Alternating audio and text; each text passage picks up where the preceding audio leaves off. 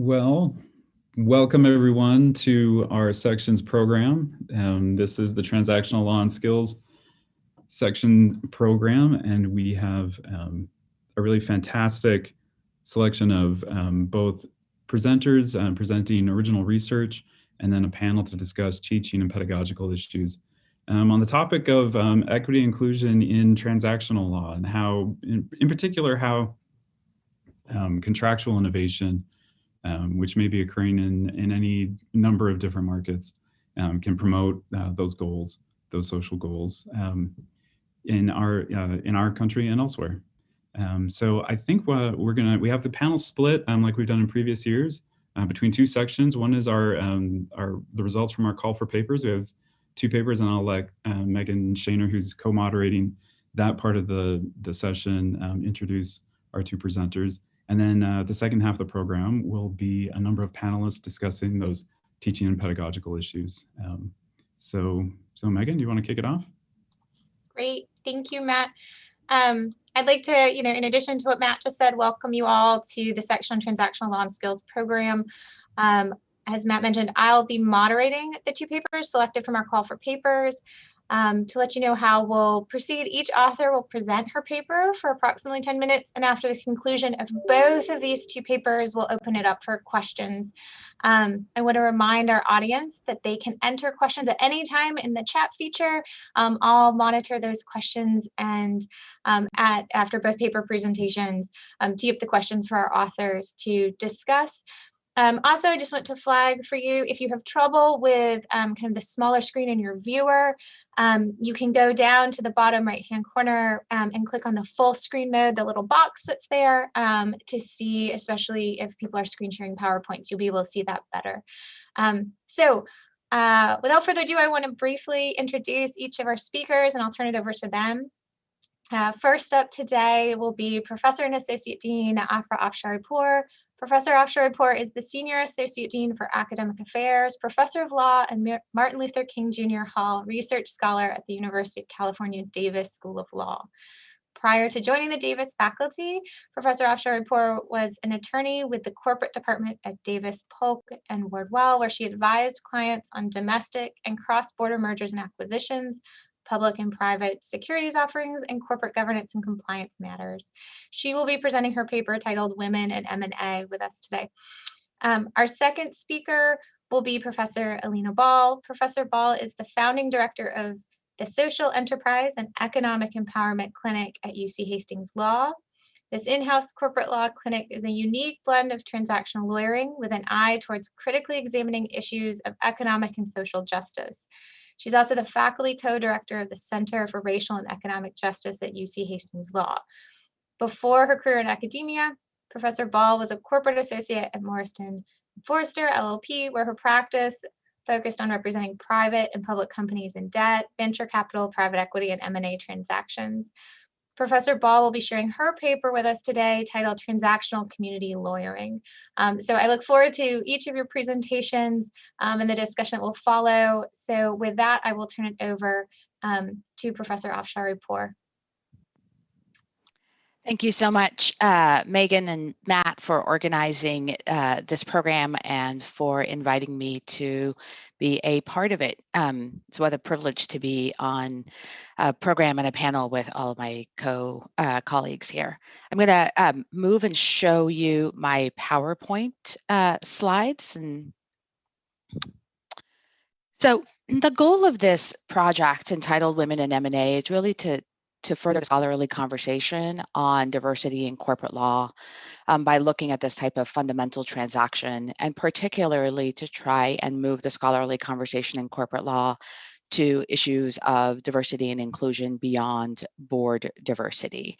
I focus on M&A transactions because, as we actually heard yesterday from our speakers in the BA section program, these transactions are some of the most important and transformational undertakings that corporations engage in. And a wide variety of people are involved in sort of the entire ecosystem of players in this transaction.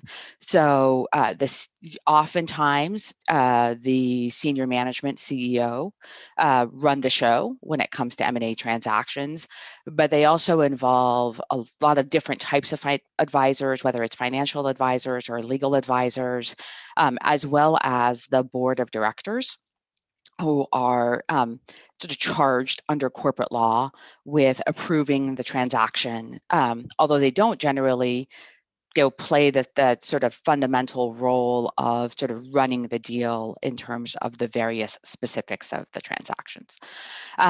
In essence, what M&A involves is a group of a lot of sophisticated, very well compensated actors working together to make complex, multifaceted decisions.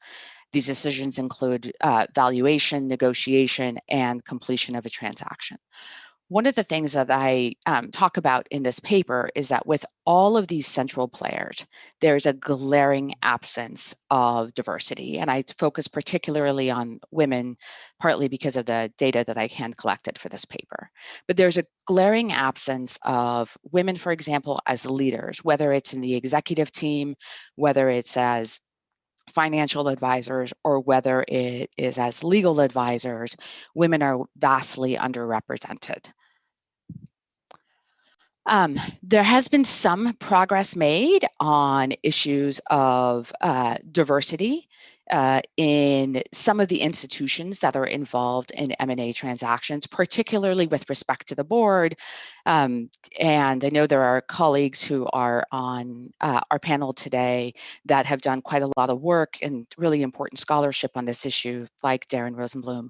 And there are a variety of reasons for the increase in board diversity, whether it's institutional shareholder pressure, especially from the big three, which launched campaigns to increase board diversity, or legislative efforts such as California's 2018 quota that was passed. It actually has had a significant impact on the number of women that are actually on boards. And so what you've seen is that while we only had about 16% of the directors on the S&P 500 be women in 2010, that has increased to 28%. One thing that's still glaring and missing is the lack of women of color. So women of color lag significantly behind white women, both in terms of existing board membership, as well as being selected for new board positions. Right? Now, women are getting on boards, but their progress in terms of board leadership has been very mixed, and that's important for M&A transactions because oftentimes the independent lead directors play a significant role in guiding management in M&A and in sort of setting the agenda for overseeing the decision-making for transactions. Only 7 women serve as independent board chairs, and women are only 11% of the presiding lead directors in companies. Now, what M&A really involves is senior officers, right? Executives and management teams. And they're really, as I said, the players who play the formative role in decision-making and value creation by establishing the deal, the structure, the mechanics, the terms, and so forth. And there has been some modest progress in the representation of women in the corporate pipeline, but the proportion of women in senior leadership really differs by role. So as you see, there's been some modest progress for white women in the senior position levels, particularly in the C-suite. Not a significant amount of progress for women of color, but the positions that they occupy are not the positions that make the fundamental decisions in transactions like M&A, right? So women are head of HR, for example, while men tend to be the people who occupy the positions of CEO, CFO, head of business development, profit and loss types of functions. And one of the real concerns that has been expressed actually over this past year is that with the COVID-19 pandemic and the challenges that have been created by the pandemic and the extra challenges that have been placed on women and women of color in particular, what the worry is that there's a significant concern that actually a lot of women, including women in senior leadership levels, whether it's at the VP level or the senior VP level, are going to be leaving the workforce. right? And there have been a whole set of surveys and data about the fact that women, particularly women in leadership levels, are feeling more pressure, more burnout, right? And the sense of like more responsibility. And so there's a real worry that without a real focus on maintaining women's role in leadership levels, that these numbers are going to be going down rather than up. Now, in the CEO level, there has been, I would say, minimal progress over the past 20 years in terms of the number of women that run large publicly traded companies. So if you look in the Fortune 500, there are now 37 women CEOs, so only about 7% of the CEOs of the Fortune 500 companies are women. 3 of these women are women of color, and there are 0 Black or Latino women leading a Fortune 500 company. Now, a little bit more in terms of if you look at the sort of the senior VP levels that are very involved in M&A transactions. And this is some data on women at the top of the corporate business development teams, who are sort of the teams that are responsible for executing M&A transactions. And again, what you will see is if you look at the Silicon Valley companies, if you look at the big S&P 100 companies, the number of women in those teams is very low. Essentially, what corporations have been good at is they've been faster at embracing diverse directors who monitor managers at a distance rather than diverse chief marketing officers or diverse business development heads and the like, right, who manage kind of the daily grind as well as sort of the decision making on fundamental transactions. The data is similar when you look at the advisors.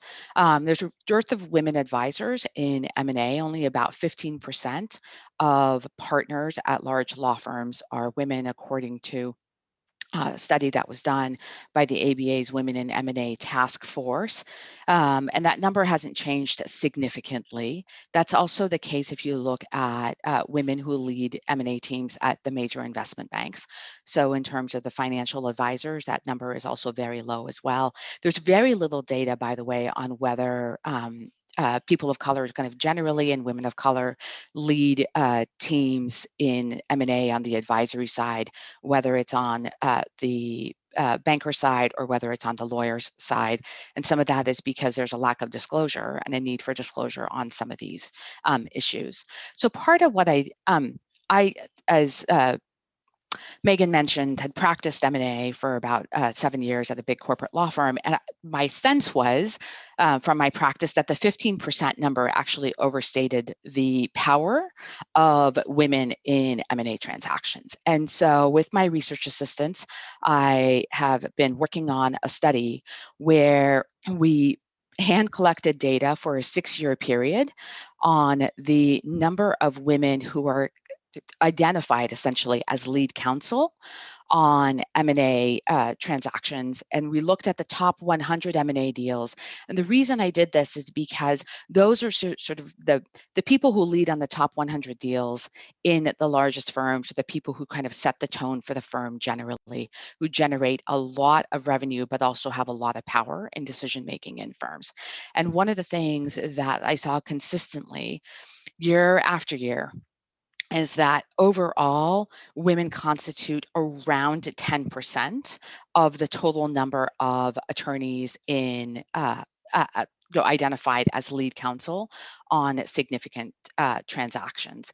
Now that numbers have increased slightly. 2019 is in some ways in my data set an outlier because there were more women in as a percentage of the lead counsel on the target side.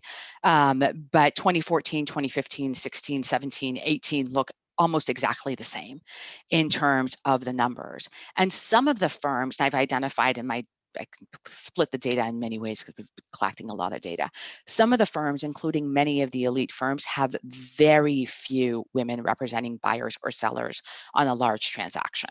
So my old firm, Davis Polk, had a total of 0 over the entire 6-year period of the data, which is not surprising given the people who were sort of leading the M&A teams. Other elite firms who tout their diversity, Cleary Gottlieb was slightly better at 1. For many firms, the same women repeat over and over again. So there are a lot more unique men identified as lead counsel, but not as many unique women. Latham had 2 unique women over the many transactions that they advised on over a 6-year period. Paul Weiss has 2. Wachtell, which acted as lead counsel in 266 of the deals that we identified, had 6 women identified as lead counsel. The one firm that was in some ways an outlier is Cooley, where we had one of the lead M&A partners at the BA section speaking yesterday. That's the one outlier with 10 unique women as lead counsel. But pretty much every other major firm has a significantly smaller number of women as lead counsel in firms.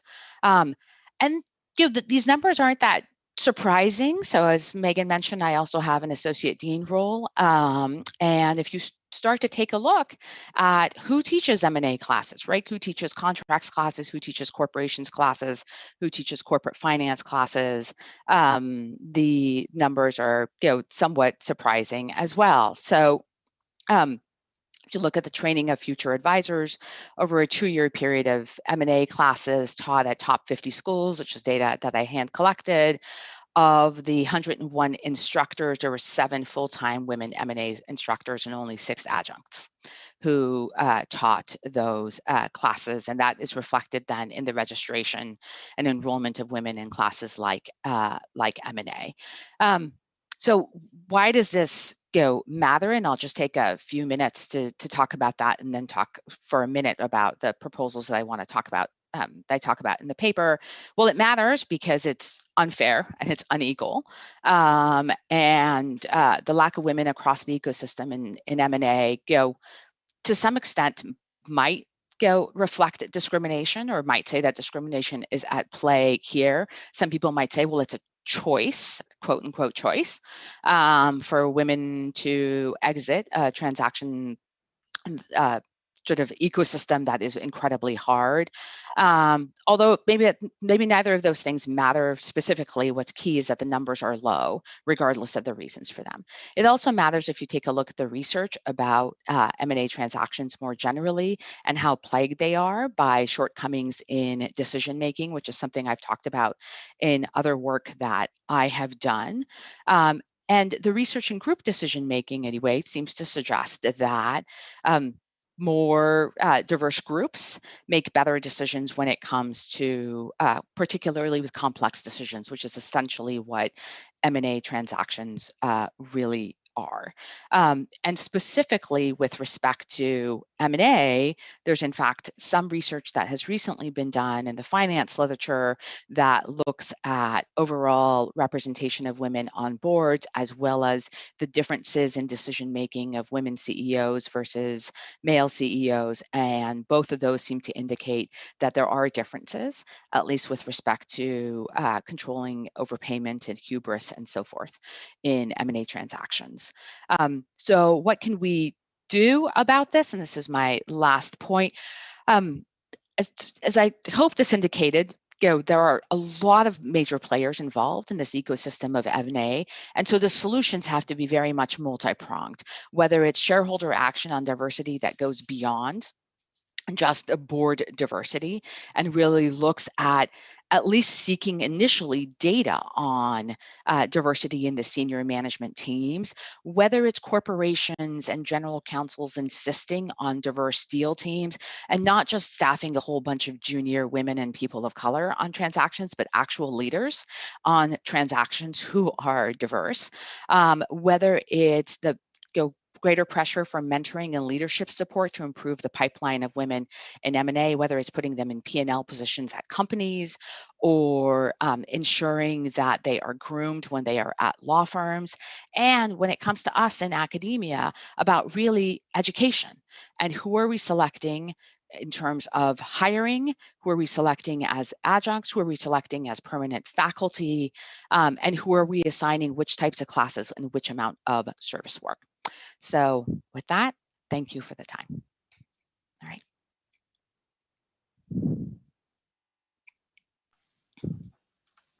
Thank you, Afra. That was great.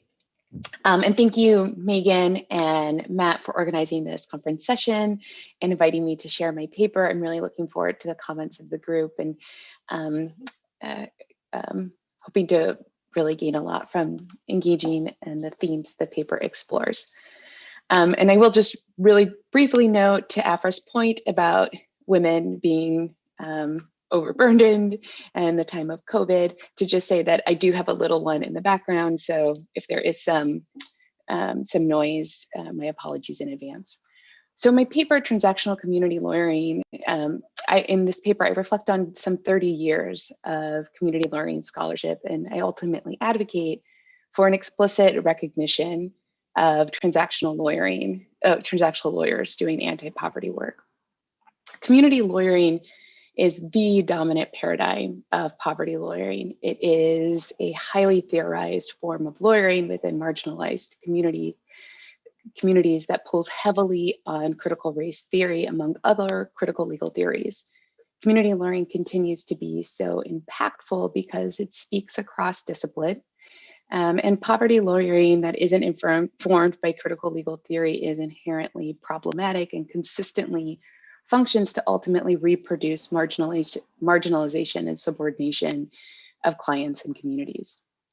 So an example of well-intentioned but problematic lawyering that we're probably all familiar with would be Derek Bell's Serving Two Masters narrative, where he explains his desegregation work in public schools in Chicago, and how it was serving the policy outcomes of his legal services organization, but failing to meet the needs of low-income, predominantly Black parents and students. And there is a deep body of community lawyering scholarship with many accounts of low-income marginalized clients being ill-served by well-intentioned lawyers. So community lawyering disrupts conventional poverty lawyering by providing a theory-based approach to anti-subordination work. And if you were to speak with individuals who self-identify as poverty lawyers, you'd be hard pressed to find one who's not familiar with the goals and methodology of community lawyering theorists.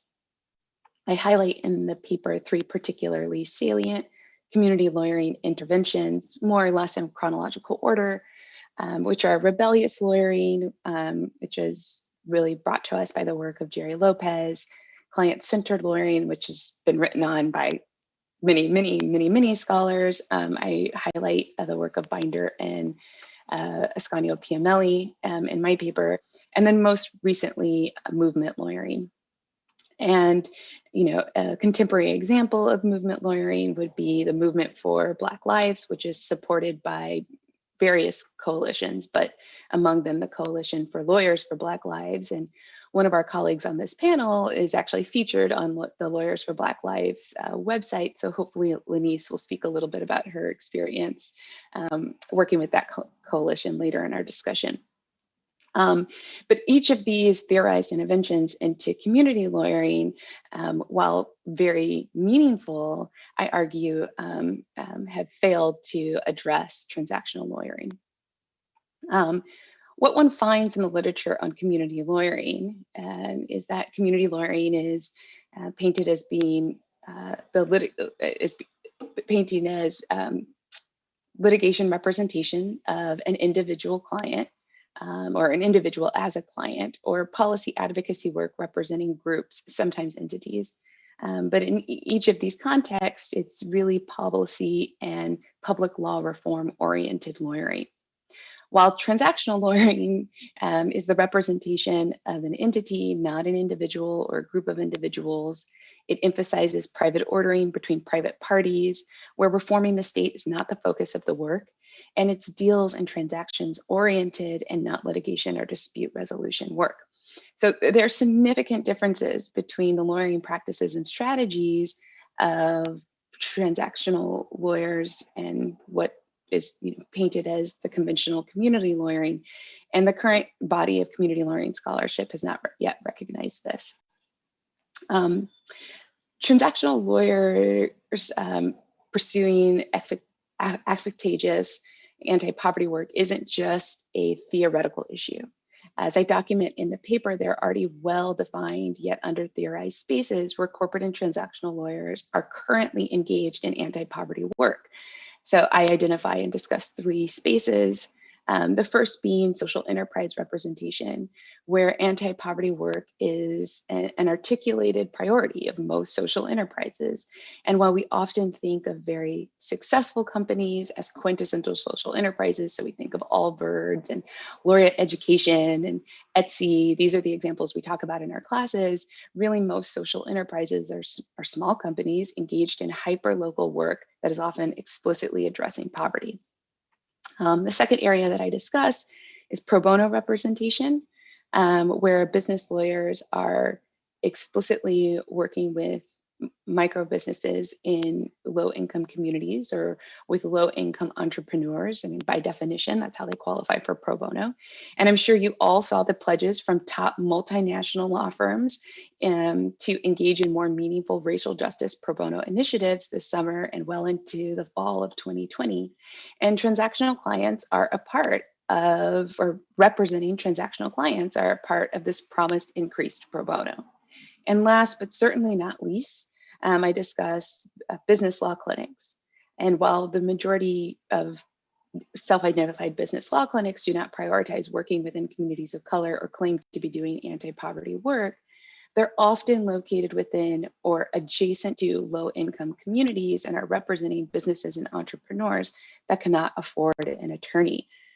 So it's reasonable to characterize this as anti-poverty work, even if it's not the stated intent of these clinics. Now that said, there are a subset of business law clinicians, the panelists among them, who are what I deem as pioneers of transactional community lawyering. But in each of these spaces, business law clinics, pro bono representation, and social enterprise lawyering, a well articulated lawyering theory framework would help us assess impact.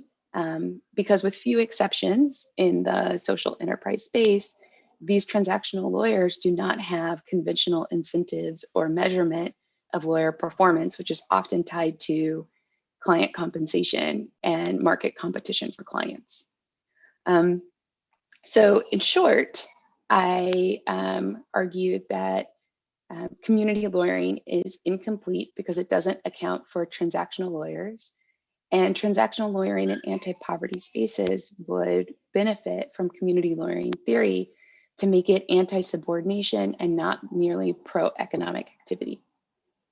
In the end of the article, I then end the article by arguing that if community lawyering theorists engage with transactional lawyers and their habits, they would find that transactional lawyers or the habits of transactional lawyers could really inform community lawyering theory, even as applied to non-transactional practices.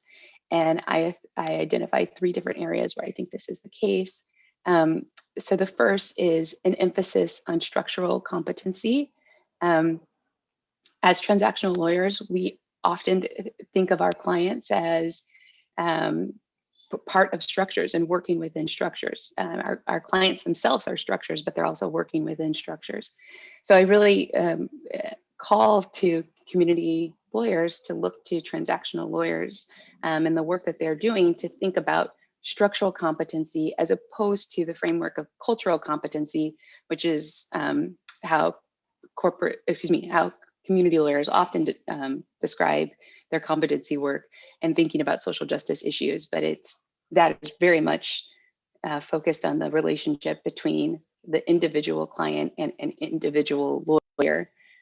When really, I think what we need to be thinking about if we're going to be attacking and addressing issues like racism and sexism are structural.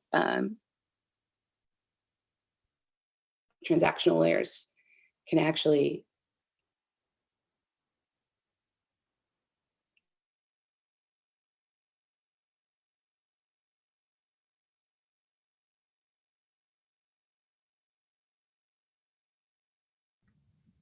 I think we might have lost you, Alina.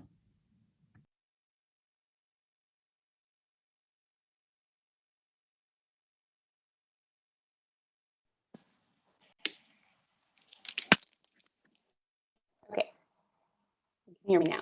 Okay. Okay. So technology for the win. And then the other two areas that I encourage us to look at transactional lawyers, I think that they can really have theory generating impact, would be around working through to build strategic alliances to help maintain areas of expertise, not merely just expand the work that we're doing for clients, but to actually help us maintain areas of expertise. And the third area is working with digital technologies to minimize geographic distance. Traditional community lawyering theory really emphasizes the need for lawyers to be in the communities where their clients are. And I think we would all agree that that's really the gold standard, but it also creates, what we often refer to as justice deserts in the literature, because there are just areas where lawyers are not present in large numbers. So the example I give is working with a client in a rural community, but there are transactional lawyers who are working with digital technologies to really minimize geographic distance and still maintain close connection with their clients. So I encourage us to look to transactional lawyers in that area as well. And my hope for the paper ultimately is that once it's finished and published, community lawyers and transactional lawyers will read this and to start deeply engaging with each other. So with that, I'll stop. Thank you. Thank you to both. Wonderful papers. I wish you guys could see the chat is very full with both compliments and lots of questions. So I'll try to get a few in. Afra, I want to come back to you.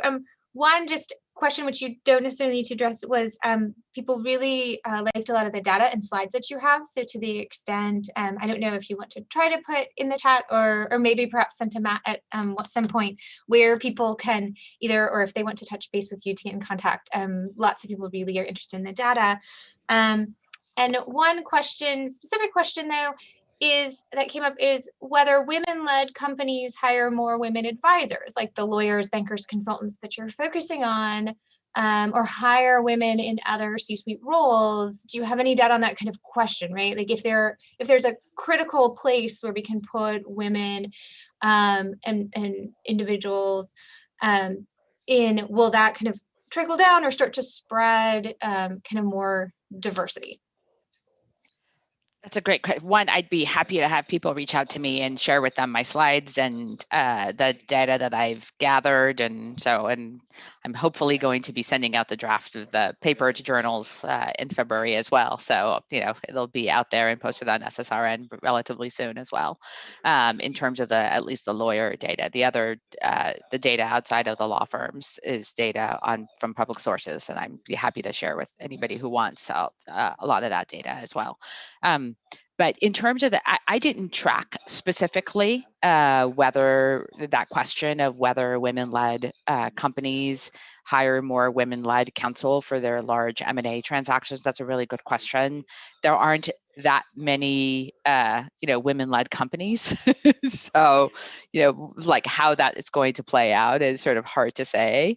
There does seem to be some correlation between sort of the number of women on a board and whether a women CEO is selected and so forth. And so, you would think that there would at least be some indication of women-led companies being more sensitive to this. One thing that I am seeing in the data, though, is there are many more women general counsels than there used to be. So if you look at the Fortune 500, I think it's about 36% of the general counsels are women. And a lot of those general counsels actually signed on to, one of the things I had in my PowerPoint slides is that essentially an open letter to the law firms sort of demanding greater amounts of diversity on their deal teams. This was precipitated by a Paul Weiss partnership announcement, which included 9 men, who all appeared at least to be white, and one woman. And so that, I think, is something that is making a change. And one of the things that I also see in terms of going to a couple of general counsel events is a lot of times they will say to the firms that they won't participate in different events that they have if the panel does not include and reflect diversity kind of more generally. And so you're seeing that a little bit more as well. So that kind of pressure from clients, I think, is really important to pressure the firms to hopefully step up in terms of the mentorship and the retention work that they need to do. If you look at who's entering M&A at the big law firms, it's 40% of the new associates are women. It's just that they're getting pushed out. Really interesting. Yeah. And I want to tie, because Afra, in your paper, you look at kind of M&A law professors and kind of where that comes. And so, Alina, I wanted to turn to you there to ask you a question, because you have experience in the clinical setting, and many of our audience members may not teach in the clinical setting and may be teaching just the bread and butter kind of doctrinal business law courses, or experiential courses, which can incorporate that. So what would be kind of advice you have or insights you have in working on this paper into how to incorporate, community development, lawyering, some of these skills, how to kind of highlight for students? Also, I think one issue that I kind of heard come through is a little bit of the split in litigation and transactional work, as if those are two distinct practices that don't truly overlap, and community development and lawyering perhaps focuses more kind of in the litigation type space and not the transactional space. So kind of thoughts you have about how we can kind of cross-pollinate and incorporate those into just lots of the classes that students are getting. Yeah, no, I completely agree with you, Megan, and I don't mention this in the paper, but I do think explicitly in the paper. In fact, Lenice has an excellent paper on this. That's why I don't mention it, because Lenice has already written on this. But, one of the, I think, real side effects of what is represented in community lawyering scholarship and the absence, right, the just ignoring transactional lawyers and community lawyering scholarship is that students that are equity focused, that are social justice focused, are going to self-select out of transactional and corporate practices because they don't see their values represented in transactional spaces and in corporate classes, and they don't see their technical interest represented in community lawyering spaces, right? And so very early on, I think it takes the sort of strong-willed and perhaps stubborn among us to have made it through the law schools that we made it through, and really have been a square peg in both round holes, right? So I'm seeing multiple of my colleagues shaking their head yes, and all during law school being with our social justice colleagues and them not getting what we're trying to do, and then taking the technical classes that we wanted to take for the technical experience and being like, well, this isn't the only way to have an economic system, right? We can do other things in an economic system. So I think law schools have a lot to play there, or have a big role to play there. So I think that's one of the reasons why I really advocate for a theorized form of transactional lawyering in business law clinics, because I think that is a space where we can really reach students that are interested in transactional work and have already, for a variety of reasons, have already decided that they're interested in doing it with something, anti-poverty like, right? They've already tapped into the clinical space. So I think it's a real missed opportunity for us to not have a more textured approach and a theoretical approach to really provide students for them to adopt. I would say that, I'll be teaching business associations for the first time this semester. So let's see how this goes. So I'm not necessarily suggesting this is a recommendation for other BA professors out there, but my lesson plan for my first day, when I introduce the students to the theme of the course, I think a lot of professors, sort of start with the history of the corporation and, the history of the corporate form. And, they think back to Rome, and there's all of these, great references.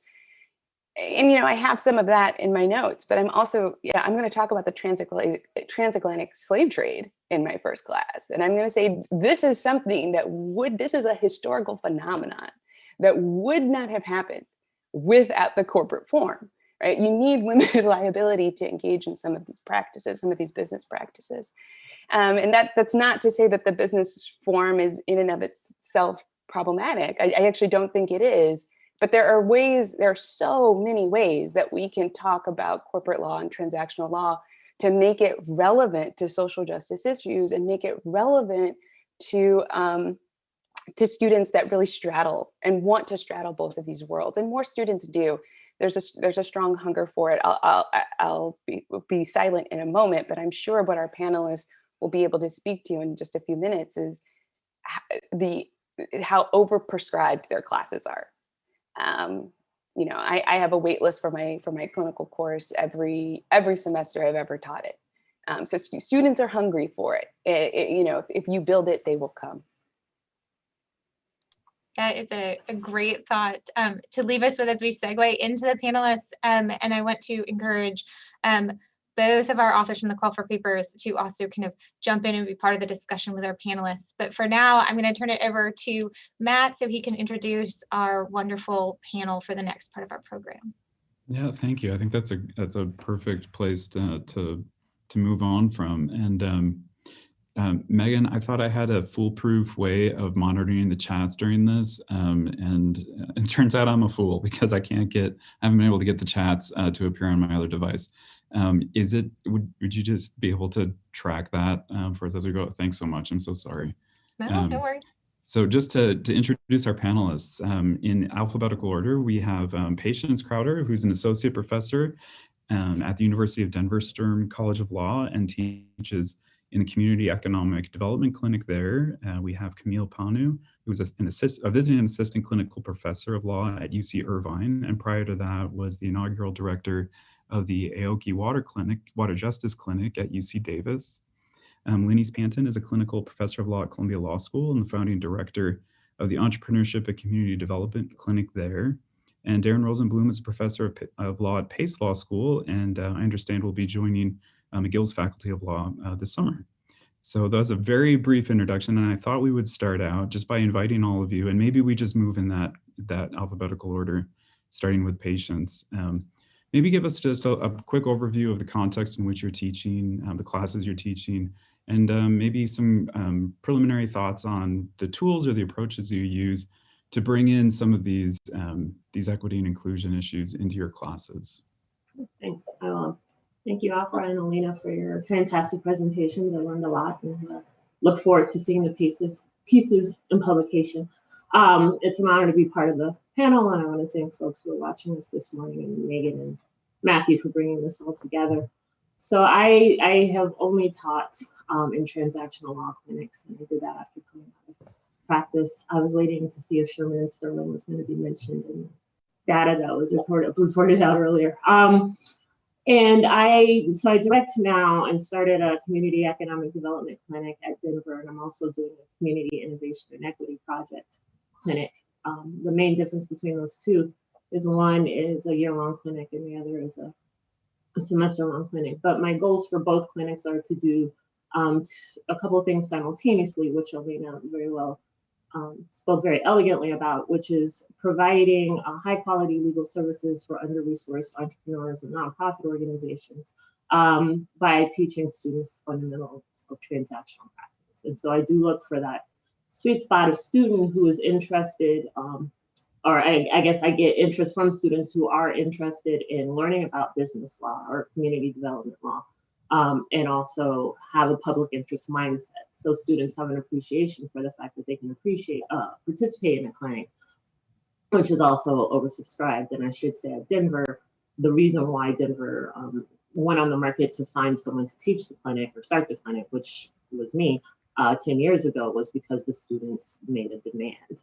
So just checking in with students and seeing what they're interested in and having the students articulate that to the faculty is a way to sort of move that progress forward. I've never heard of a community economic development clinic or small business clinic or any sort of transactional clinic wanting for students.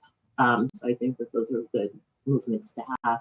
But we work with small businesses on a wide variety of transactions. So working with barbershops, doing commercial leases, booth rental agreements, talking about distinctions between working with independent contractors and employees. We've had some food service industries, really sort of thinking about your typical mom and pop small business as a way of advancing what I think Alina sort of articulated as anti-poverty work. I think maybe to get to what Matthew asked in terms of an introduction, one thing that I'd like to say is I think one lesson that I start my classes off with is sort of, why do we have to have the concept of community development in the first place, right? And so looking at, if we're focused on certain neighborhoods, what is the construction of an underserved neighborhood, or how does an under-resourced entrepreneur come to be, and what were the systems and social systems and political systems that happened to present these situations that we're dealing with now, and what's the historical context with that, right? So I want to be very clear to my students that just because we're talking about quote unquote social justice oriented issues or DEI issues, these aren't issues that are only relevant when you're looking at certain types of clients who look a certain way. So these issues translate across, practice in the clinic. They need to translate into like your practice as a junior associate in a firm. Like why is it important for us to continue to have these conversations? The problem with having me go first is that I might continue to talk. So I'm just going to stop myself right now so my fabulous colleagues can introduce themselves, and then I'm happy to chime back in.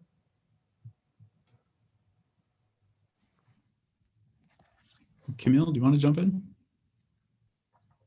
Sure. Sorry, I forgot that there's such a huge alphabetical jump between patients and me. So hi, I'm Camille Panu. I'm currently a visiting clinical professor at, or assistant clinical professor at UC Irvine, where I teach in their community economic development clinic. When I started my career in legal academia, I started at Davis, which was an incredibly kind place to be. And I was very fortunate to get to launch the first ever water justice clinic in the country, which I believe is still the only water justice clinic in the country. And when we launched it specifically as a transactional and policy-based clinic. And that was really important to me because it was an environmental clinic. So it was also unique in that it was one of the only environmental clinics that was purely transactional. There are a couple who do transactional work, but environmental law is usually centered around administrative law and litigation instead. And we were doing transactional work in part because of the principles of the environmental justice movement, which are explicitly focused on racial, social, gender, etc. Justice, in particular, the principle that it's not enough to simply move pollution from one bad place to another bad place, but rather to transform society and economies to produce more healthful, conscientious, and thoughtful modes of production that are less polluting and are less likely to concentrate in communities of color and high poverty communities. And so one of the things that was so powerful about being able to teach transactional principles to, I feel like I was in a very marginal space, I guess, because environmental justice is already fairly marginal, both within the civil rights, racial justice world and within the environmental world. I think both see it as not really their thing, but it's kind of there because it's straddling both areas. And then to add transactional law made it additionally complicated, and then we were serving rural communities, but through a community lawyering lens. And so we were very, very unique, I guess, in that sense. And one of the things that was really powerful about it is that it brought students who would normally not engage with racial justice issues. And it also brought students who were interested in racial justice, but would normally not engage in transactional or corporate law principles. And so if we think about social transformation and economic transformation, transactional law totally makes sense as being the principle or the practice to accomplish those goals. Effectively, transactional law is about private ordering in a highly regulated public space. And so if the goal is to shift private production or to shift how our economic system is organized in a manner that promotes racial justice and social equality, it made a lot of sense to me to teach people how you structure business entities, how you structure contractual agreements, how you help communities who are largely informal become formalized without having to bear the high transaction cost of compliance and regulatory compliance. And so that was a lot of the work we did there. And then now at UC Irvine, I think their clinic is fairly unique in that they do also do litigation in addition to community lawyering and transactional law. And so it's been a very exciting space to be. And I'm very fortunate because, like Alina said, I don't think I was a student who would have opted into business law or transactional classes, but for the fact that I had been in a clinic the year before I started law school.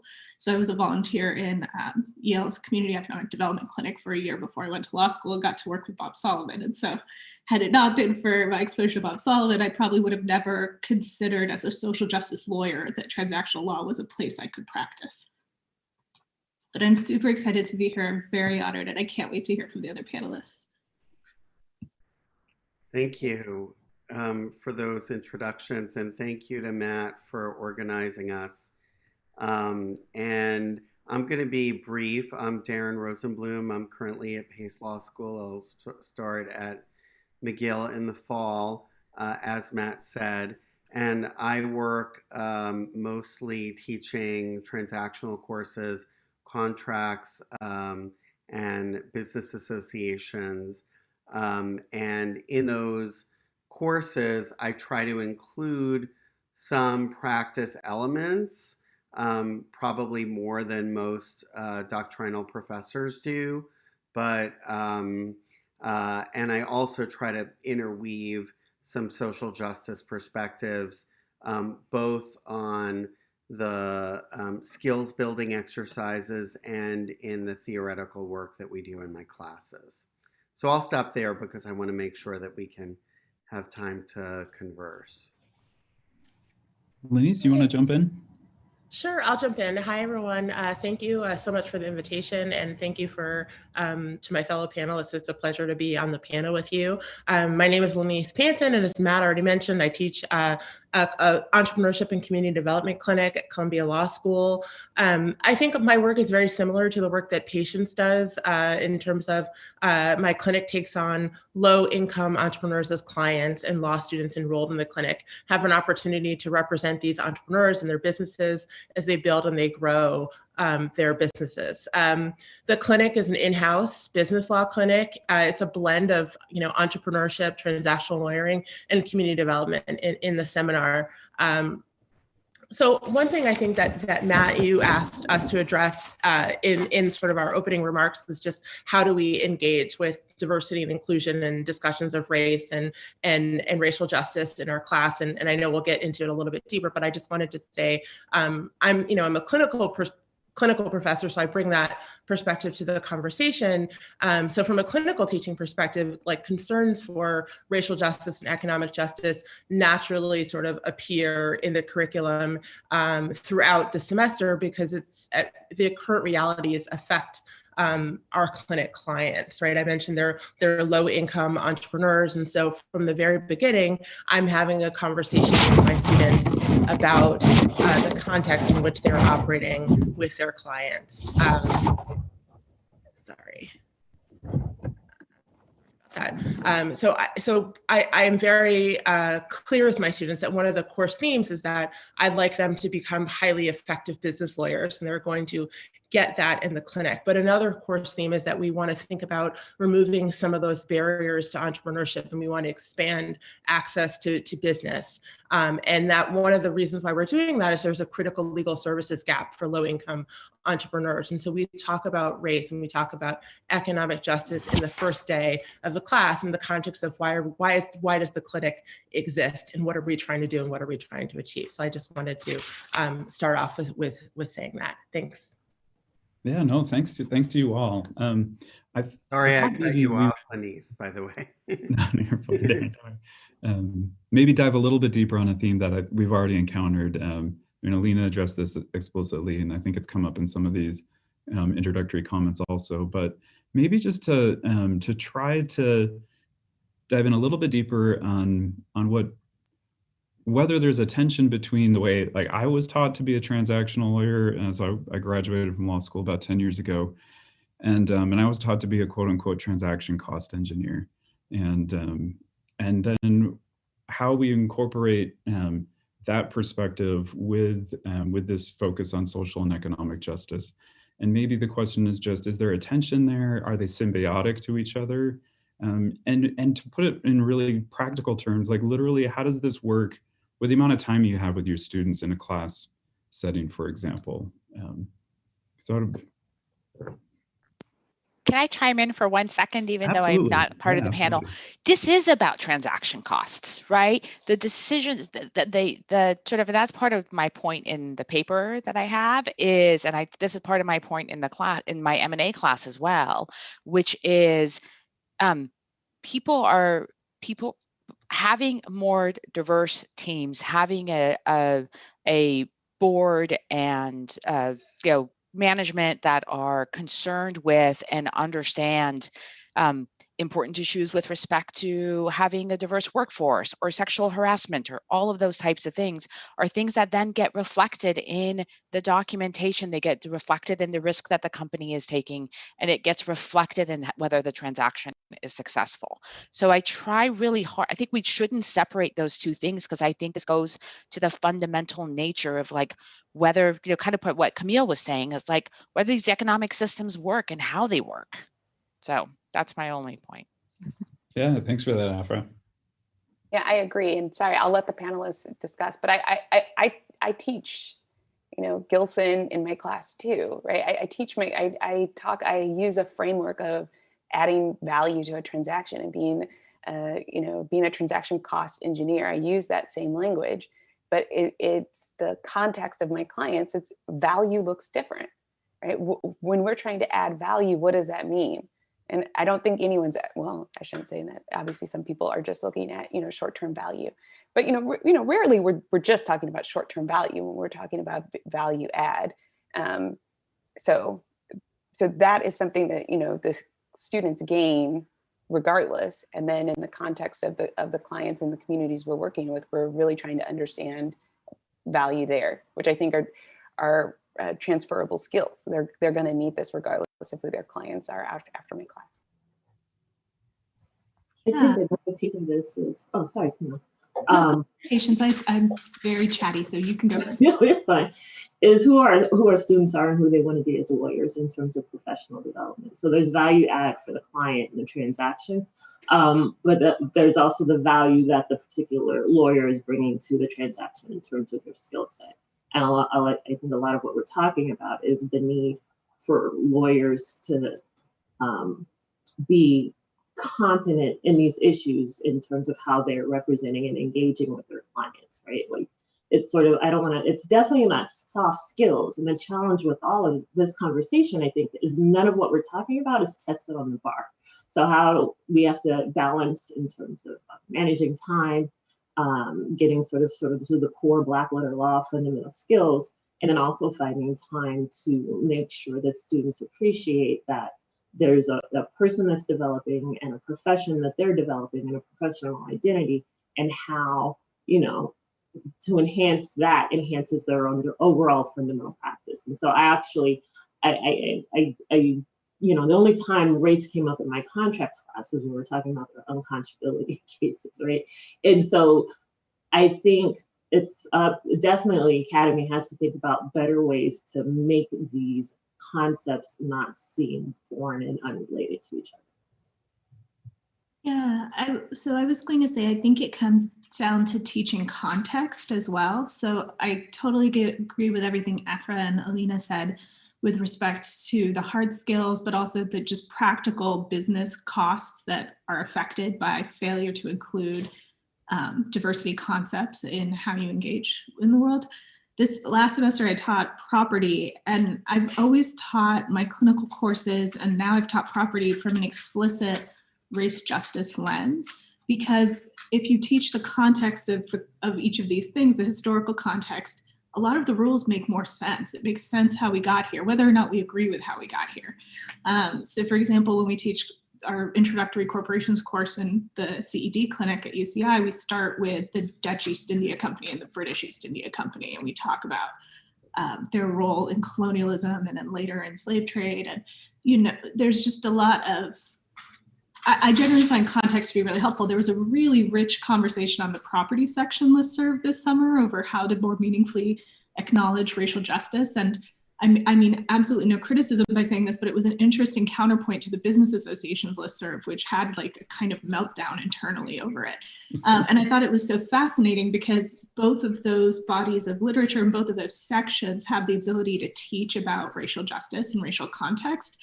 I think the important thing is to not think of it as an add-on or as some kind of external thing that we incorporate, but rather to remember that transactional law is not, sorry, that's my dog, does not exist outside of a social and human context.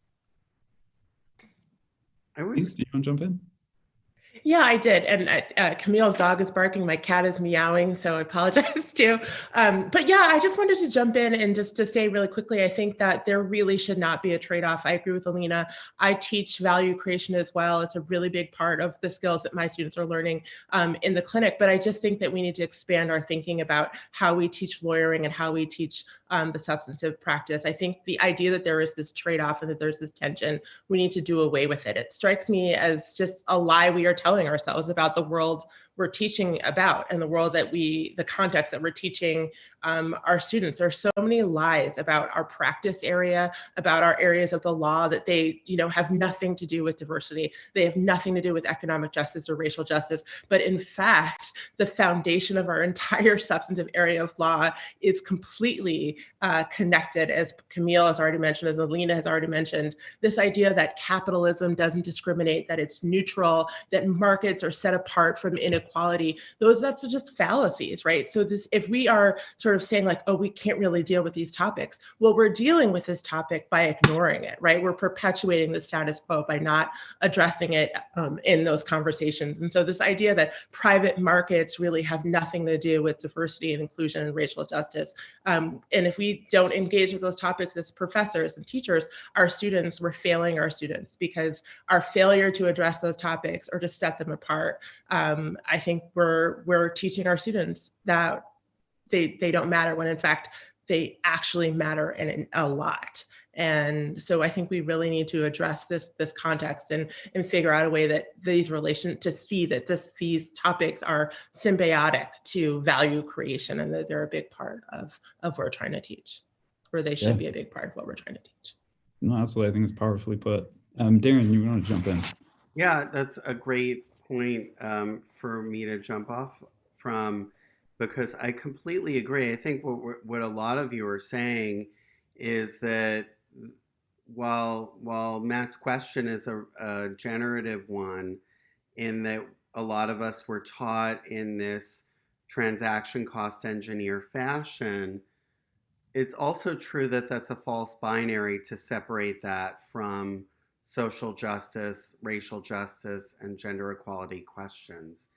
I do, and so I personally think that I agree, and I think Lenise put it really well, that if you're silent about the issues of social justice and other forms of equality and the impact of the firm on other areas of our lives, then that is making a choice.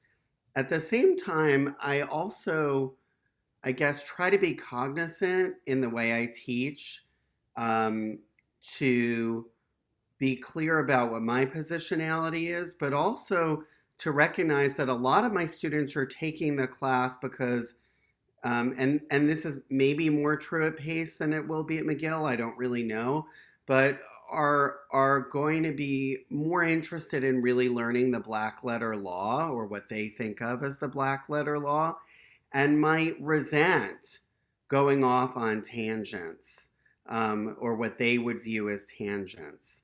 And so I think it's imperative not to just include it. And, patients you mentioned when you teach contracts, you deal with race and unconscionability. I do the same thing.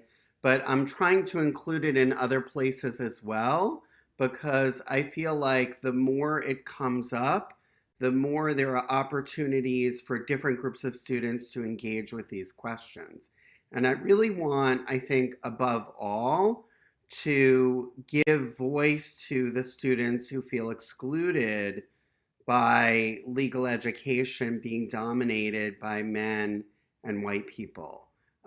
So that, and I've struggled with that all my career. I wrote a piece around the time I got tenure called A Little More Mascara about struggling dealing with gender issues that came up in my 1L class, where a bunch of men thought that I was too feminist and that I was favoring the women in the class.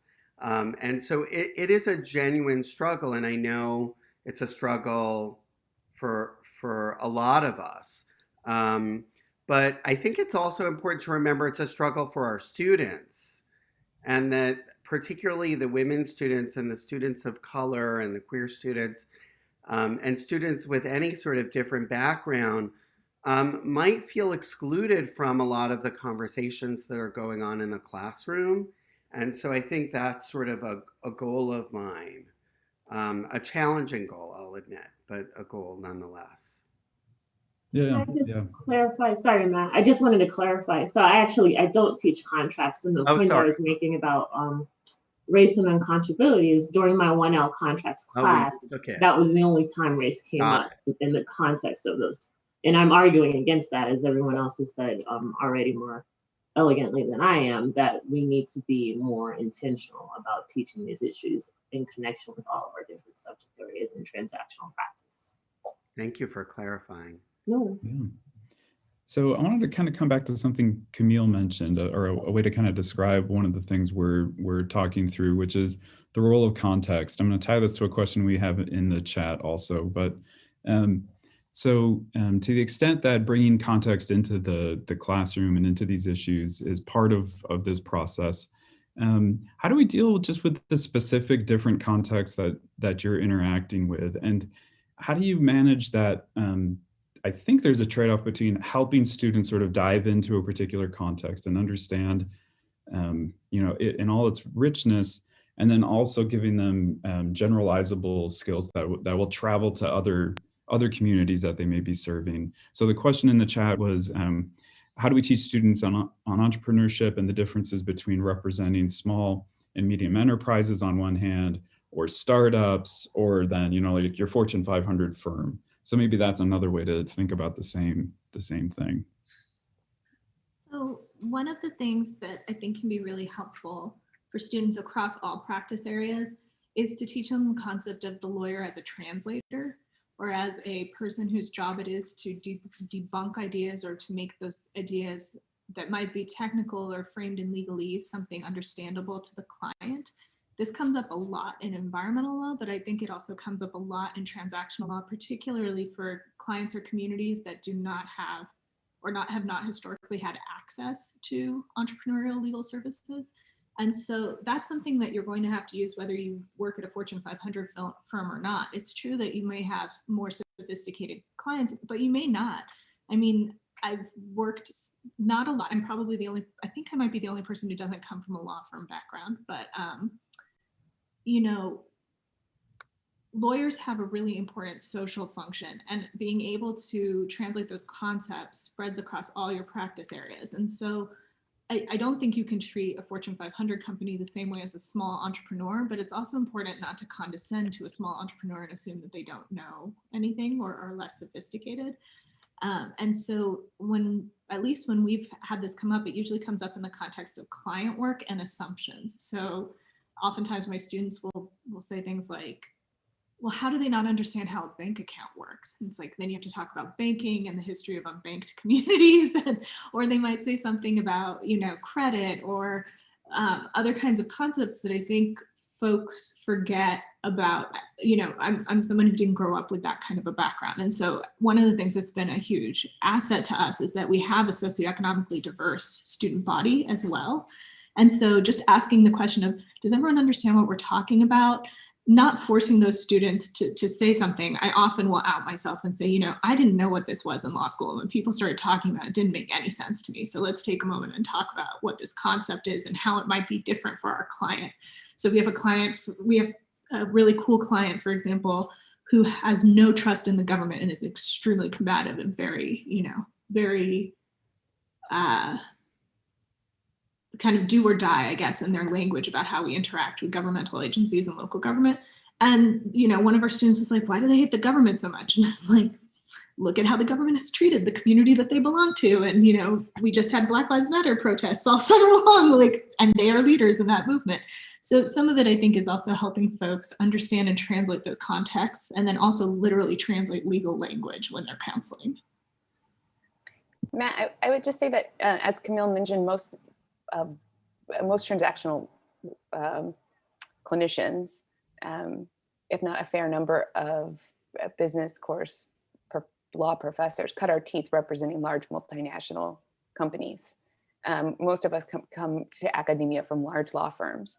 So for me, my natural reference point when I'm speaking with a client is a public company, not just because of my own experience when I say, okay, well, what would this look like at the firm, but because the context in every other business law class that they've taken is also either the context of a public company or a late stage private company. So that's also their natural reference point because they haven't learned this concept, but in this context.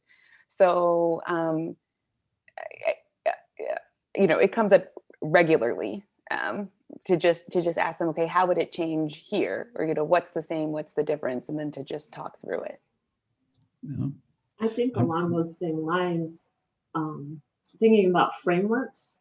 So context in terms of frameworks and sort of the ideas of good habits of transactional lawyering and fundamentals, looking at a contract, it's got a title, it's got a signature block. What are the different types of provisions from in between those two sections, the beginning and the end, and how do those compare across the different types of client groups that we're talking about? So like Alina said, sort of thinking about, but being very intentional about showing there's some familiarity that underlies all of these types of transactions and how the substance changes based on the client, but getting students confident to know that you can break it down if you understand the fundamentals and the framework of this particular type of project. I'm just going to note that we've got about 3.5 minutes left to the session. So Lunice and Darren, if you wanted to jump in, and then we'll do a very brief business meeting after the session concludes. No, I don't need to jump in. Darren, if you'd like to go. I think the question of small or large business is one that actually is a fascinating one, and it sort of fits into the point. I think it was Camille made it that thinking about lawyers as translators. So being adept at moving back and forth from different business structures is in part something that requires that skill set, and it's worth emphasizing that. Yeah, I think that's absolutely right. I'm definitely going to be using that framing going forward. I think just to make sure we capture everything in the interest of time, if our panelists have any final, the one thing you wanted to make sure you got across, I'm more than happy to give you a little bit of time, and then we'll wrap. I think it's obviously an ongoing conversation, as very much so. Yeah. As the drama on this listserv underscored, that we really need to challenge ourselves to think about this carefully, and also for me, it's a challenge every time I enter the classroom to remember that the students don't know who I am, right? And so when I walk in, there's a level of distrust, perhaps, and so I think it's imperative, particularly for white professors, to make the classroom a safe space for students of color in a proactive fashion. But it is really something that requires a lot more work, I think, for all of us. Can I just jump in on that too? And sorry if I rushed in, but I just want to say that I think it's so imperative for all of us to normalize having these conversations and to just jump in and do it and normalize it throughout our semester in teaching, and not try to shoehorn it in to say like, this is the one day we're going to talk about diversity and inclusion issues, but to have these conversations throughout the entire time that we're teaching. I think that our students are asking that of us. They're interested in this. This is the world that we're living in right now.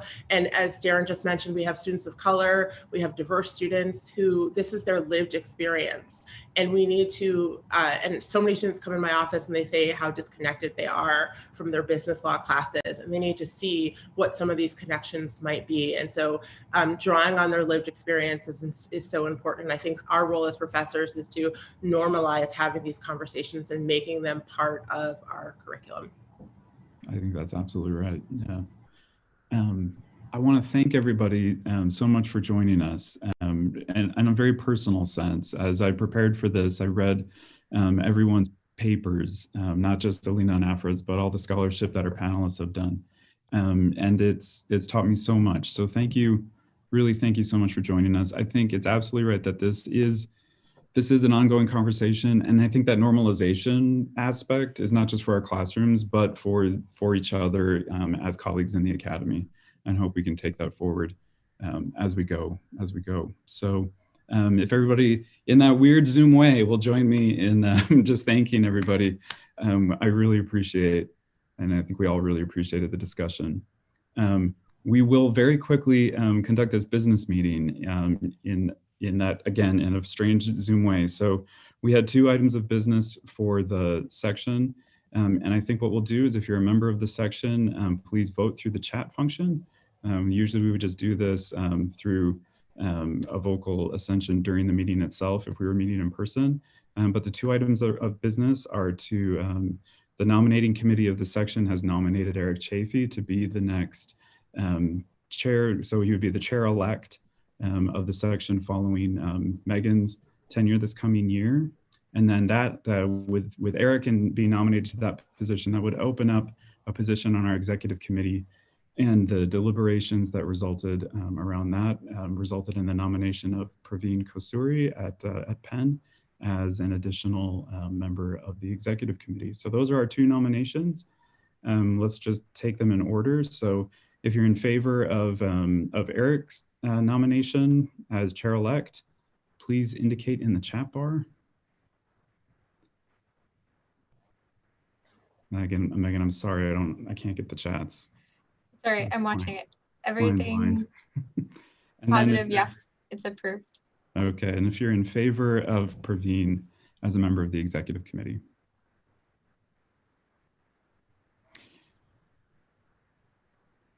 Yep. Okay. I'll just close by saying there will be additional openings on the executive committee going forward in the next few years as members 3-year tenures conclude. We'll be looking for additional members, and we're very interested in bringing in additional perspectives and sets of expertise, and we'd love to see people put themselves forward for that. So thank you, everyone. It's been a delight, such as things are in 2020 and 2021, but as in the circumstances, it's been a real delight to interact with you all. So thanks so much. I'll just close with this announcement that I think Kathy Huang put a note about a conference in race and teaching business law that's being held at Virginia on February 2nd in the chat bar if you want to check that out for more information. I think I can speak for everybody on our panel today by saying, if you're interested, if you have more questions, please contact them and keep the conversations going. But with that, we're good. Thanks so much, everybody. We'll see ya. Thank you, Matt. Thanks, everybody. Thanks, everyone.